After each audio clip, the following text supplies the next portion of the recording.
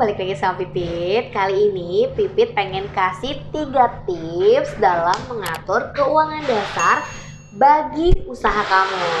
Nah, pasti di sini siapa ayo yang usahanya masih mencampurkan antara keuntungan pribadi dengan penjualan.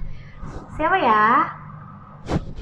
Wah, kayaknya masih banyak nih teman-teman. Nah, makanya di sini hal yang mendasar yang wajib dipatuhi kalau misalkan kamu usahanya mau maju. Dimulai dari disiplin diri ya.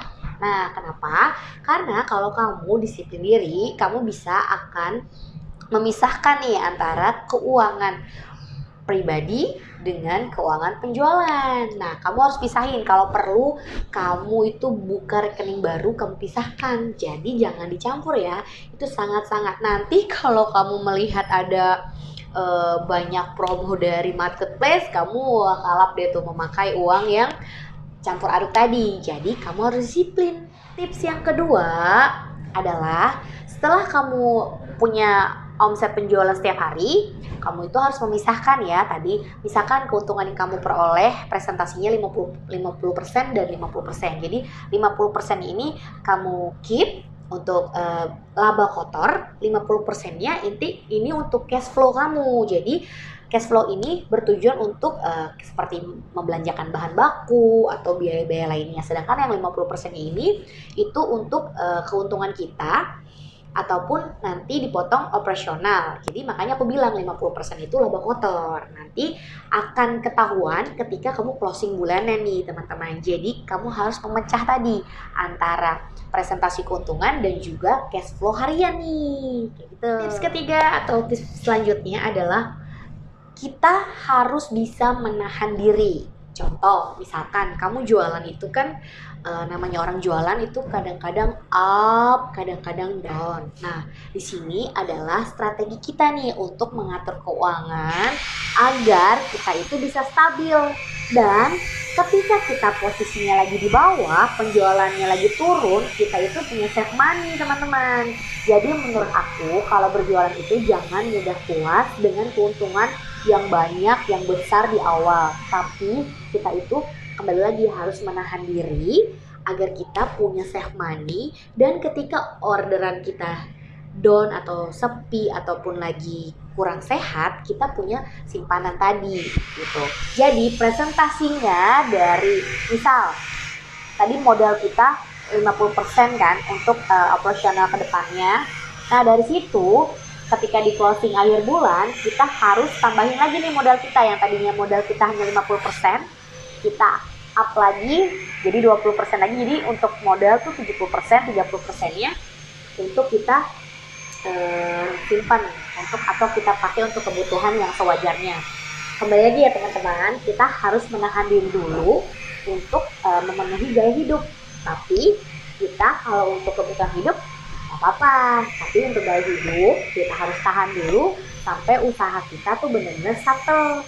Jadi intinya jangan mudah puas diri, apalagi kalau posisi kita lagi di atas. Tapi kita juga harus berpikir ketika posisi kita di bawah, kita harus punya save money, di mana save money itu sangat-sangat berguna untuk kamu bisa menutup biaya operasional. Karena pengusaha itu harus punya strategi di saat kondisi apapun teman-teman. Jadi bukan hanya kondisi di saat kita di atas, tapi ketika kita penjualannya tidak baik, kita itu bisa melakukan strategi ini ya. Ketika usaha kita sudah berjalan, tadi poinnya kita sudah bisa mengatur, memisahkan antara keuangan pribadi dengan keuangan penjualan. Dan tadi kedua itu kita bisa mengatur cash flow kita dengan baik. Yang ketiga kita bisa menahan diri. Dan yang keempat tadi, ini adalah sangat penting. Kita harus ketika keuangan kita sudah stabil, kita up lagi tuh modal yang tadi kita punya. Itu kita up, kita suntik lagi agar bisa lebih besar. Tujuannya agar kita bisa menambah misalkan mau menambah menu baru atau membuka cabang baru. Nah, kita itu udah punya tuh uangnya. Jadi kamu harus udah megang uang itu. Ini rangkuman dari tips-tips yang sebelumnya.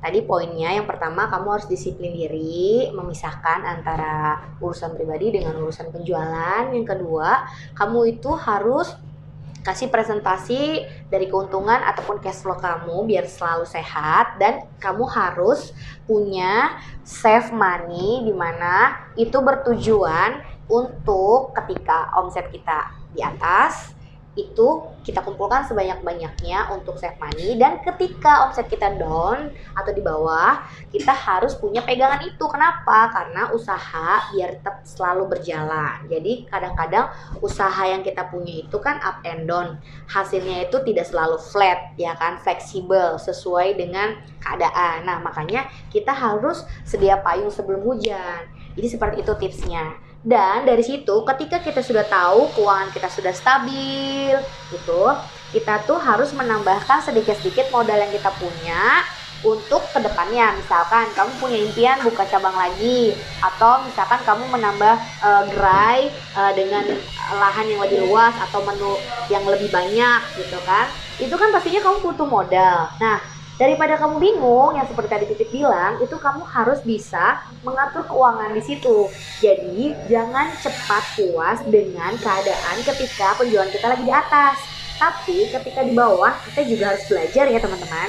Jadi, kita harus selalu mempersiapkan mental pengusaha yang tidak menyerah gitu. Jadi, selalu optimis. Ketika kita di up, kita bersyukur. Ketika kita di bawah, kita pun bersyukur. Dan karena dengan di situ kita juga akan tahu posisi kita di up dan down.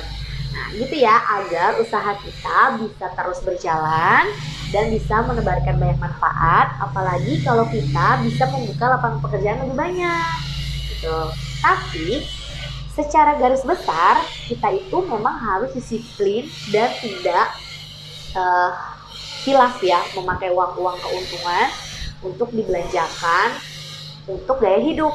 Nah, kalau untuk kebutuhan hidup sih nggak apa-apa, cuman dalam batas wajar teman-teman. Intinya kita harus bisa membedakan antara keuangan pribadi dengan keuangan penjualan, karena itu kunci sukses bagi pengusaha pemula. Segitu tips dari Pipit. Kalau misalkan kalian suka, kalian bisa bantu share dan juga like dan juga subscribe ya. Ataupun mau tips-tips lain dari Pipit, langsung aja DM ke Instagram Pipit ya. Oke, assalamualaikum warahmatullahi wabarakatuh. Semoga tips yang bermanfaat ini bisa kamu jalankan dan juga bisa mendapatkan banyak banget manfaat buat kalian. Ya, wassalamualaikum warahmatullahi wabarakatuh.